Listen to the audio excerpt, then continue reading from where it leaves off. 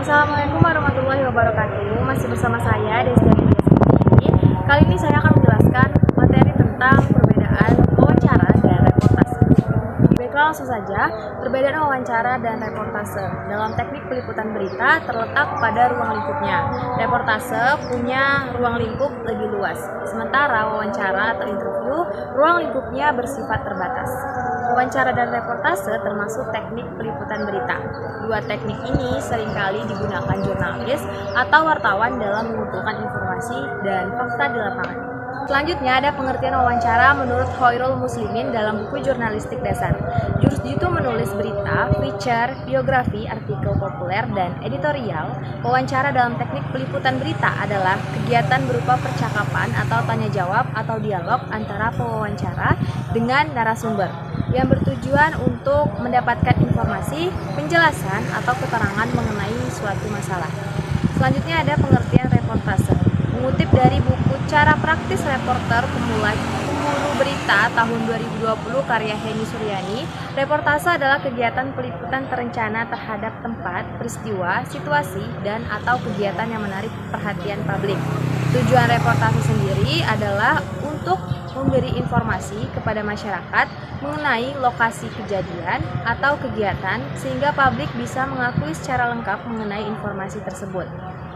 Kemudian apa sih perbedaan wawancara dan reportase? Wawancara dan reportase memang termasuk dalam teknik peliputan berita.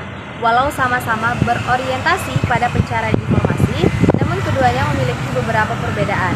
Melansir dari buku Menjadi Jurnalis Handal, karya Ridwan Nuh, reportase punya ruang lingkup lebih luas, sedangkan wawancara termasuk dalam salah satu teknik reportase.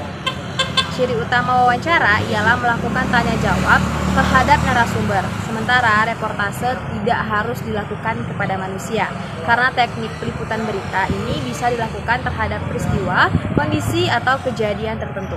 Sementara wawancara tidak selalu harus datang ke tempat kejadian.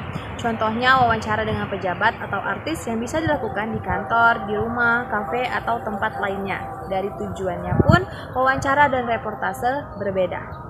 Wawancara bertujuan untuk mendapatkan informasi dari narasumber, sedangkan reportase ditujukan untuk memberi informasi agar publik mendapat gambaran mengenai peristiwa di tempat kejadian.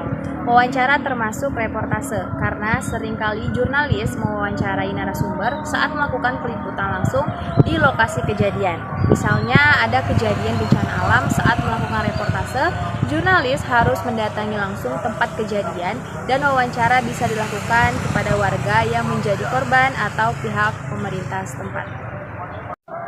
Baiklah, mungkin itu saja yang dapat saya jelaskan. Semoga dapat menambah pengetahuan Hasanah tentang ilmu jurnalistik. Saya akhiri, wassalamualaikum warahmatullahi wabarakatuh.